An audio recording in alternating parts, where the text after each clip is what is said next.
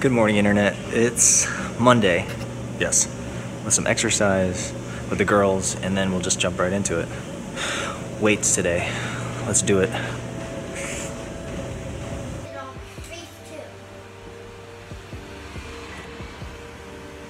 your mom. Who doesn't like smells. I know.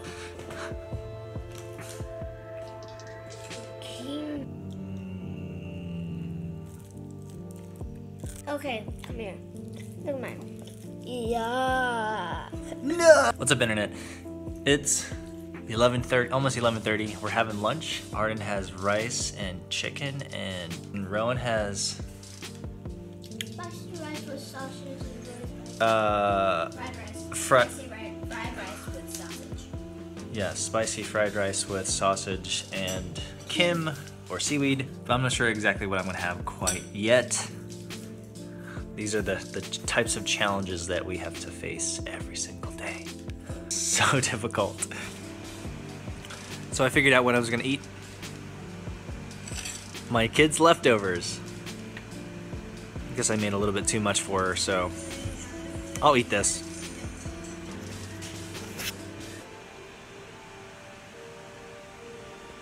Apparently I'm a human shield. Is that what I am?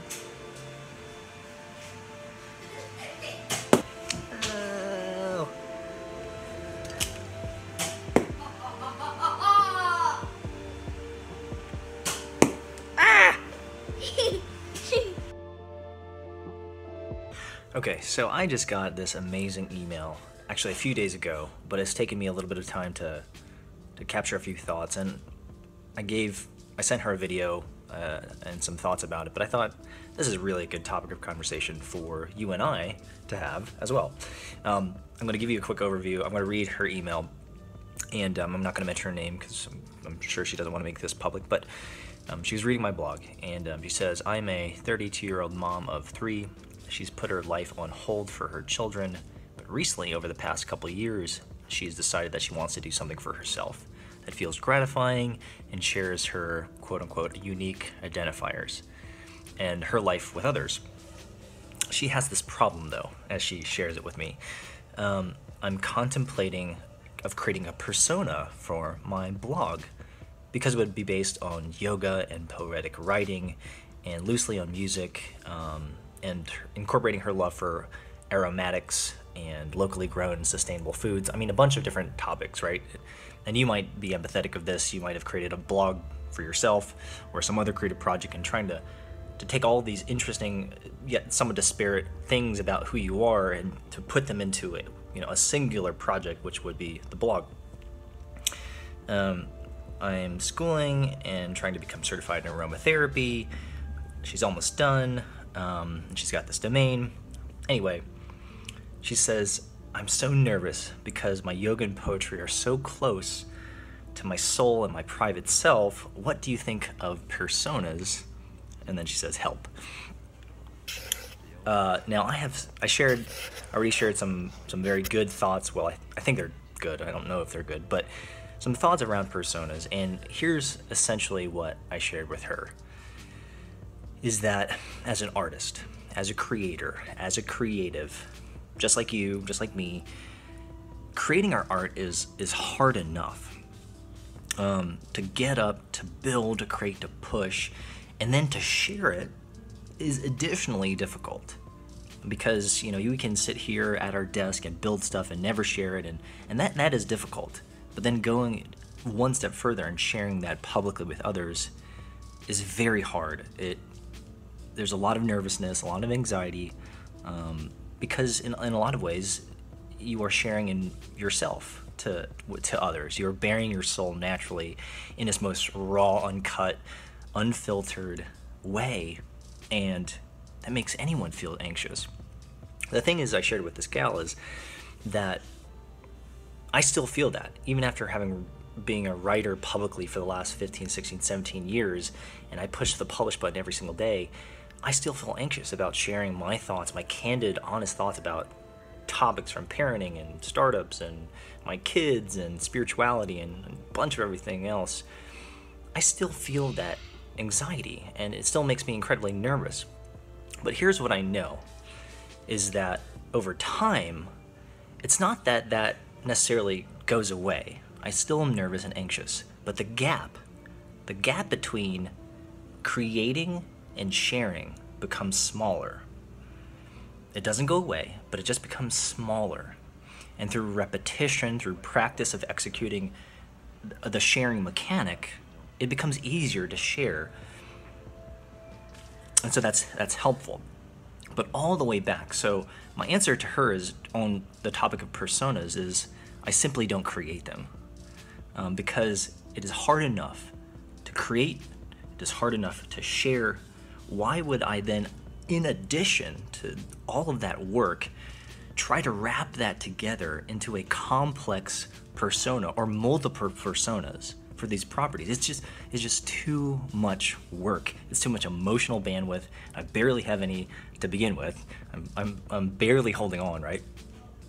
And so at this point in time, I just don't have the time, the emotional energy, the physical energy to be working through strategically a digital persona. And not to say anything about authenticity or transparency, it's just too much work. And if I'm going to spend any energy at all, it'll be on the real project. It'll be on the creation itself and the sharing. And I don't want to worry about any personas. And so that's my honest to God perspective on digital personas on the web, on the internet, on social media, is I can't build these. It's just too taxing. That's it. It's far too taxing to create personas around who we are. I would much rather present exactly who I am, uncut, unfiltered, and just let it sit and let people judge me as I am. I mean, it is what it is. And so as an exercise, as an example of that principle, I'm going to share this block of video without doing any jump cuts, without editing. It's going to be raw, unfiltered, with all the ums and uhs and weird facial expressions, and I like to gesticulate a bit and just go with it, because this is who I am. I am just like if you or I were sit down at a coffee shop and talk about this dynamic of creating a persona for a blog or any project online. This is exactly how I would share it, candidly and honestly and openly, and being a little bit vulnerable myself. And so that's what I want to promote, is that the digital world allows us to create personas, and some of that can be strategic and very useful. But if it's a personal project, man, if it's a creative art project, you might as well just present it as is. And if you're doing anything like video or a blog or writing, you are who you are, and just be that person. Be unashamed about it. Rejoice in it if you can. And in many ways, this is you practicing the fine art of loving yourself. Hey, this is who I am, and I hope you accept it. And if you don't, that's okay. But anyway, so I was really, really inspired by this gal, and thank you, if you're watching this, for emailing me and being candid and honest and open about your struggles with your art. I hope you go through with it. I hope you share it with others. You're going to be a blessing to so many people. They're going to be grateful for you sharing what you think about yoga and poetry and aromatherapy. I don't really know what that is, but and just share who you are with the world. It's going to be great. So thank you for emailing me again, and thank you for giving me a good topic to chat over in my vlog here. Hopefully this is an exercise of even myself. This is an exercise of myself not creating a persona for the camera, not creating a persona for my audience, but stating plainly what I think about things and my perspective and opinion. And not to say that it's a good one, but it is mine. Authentically so. Okay, so my mouth is really dry. I need some coffee. But thank you for sharing that with me, and love to hear your thoughts. Again, comments below. I think that's really it. I've got so much other work to do today, besides getting some really good coffee, but I think I'm going to let that sit. This concept of personas online, on digital properties, on the web, on blogs, on vlogs, and would love to hear your thoughts about it as well. All right, I think that's it. So thank you again. All right, guys, you guys have a great rest of the day, and I will see you guys later. Oh, one more thing. If you hear random singing in the background of this video, it's because my two daughters are practicing their vocal ranges, trying to become better singers. You should hear this.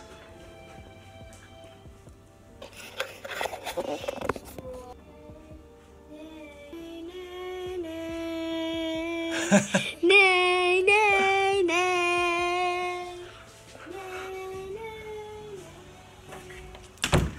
Okay, so that's going on in the background, and as you might imagine, it's a little bit difficult to do work today. What was it Bud told him?